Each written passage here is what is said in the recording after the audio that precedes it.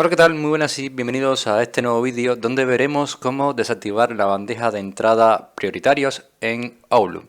La bandeja de entrada prioritario lo que hace es, reúne todos tus correos electrónicos importantes mientras mantiene todos los demás correos electrónicos en la pestaña Otros. Si no usas la bandeja de entrada prioritarios, podemos desactivarla y vamos a ver cómo se hace esto muy rápidamente.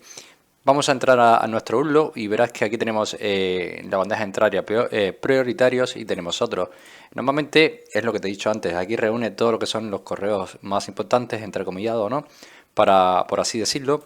Pero si esto no lo utilizamos y queremos tener solamente una bandeja de entrada, lo único que vamos a hacer es dirigirnos a vista y verás que en la cinta de opciones tienes un apartado llamado mostrar bandeja de entrada prioritarios. Vamos a hacer un clic aquí para deseleccionar esta opción. Verás que todos tus correos electrónicos se mantienen donde mismo, solo que ya no están divididos por prioritarios y otros, ¿vale? Espero que este vídeo te haya ayudado, te haya gustado. Así de sencillo es como desactivar la bandeja de entrada prioritarios en Outlook. Nos vemos en un siguiente vídeo.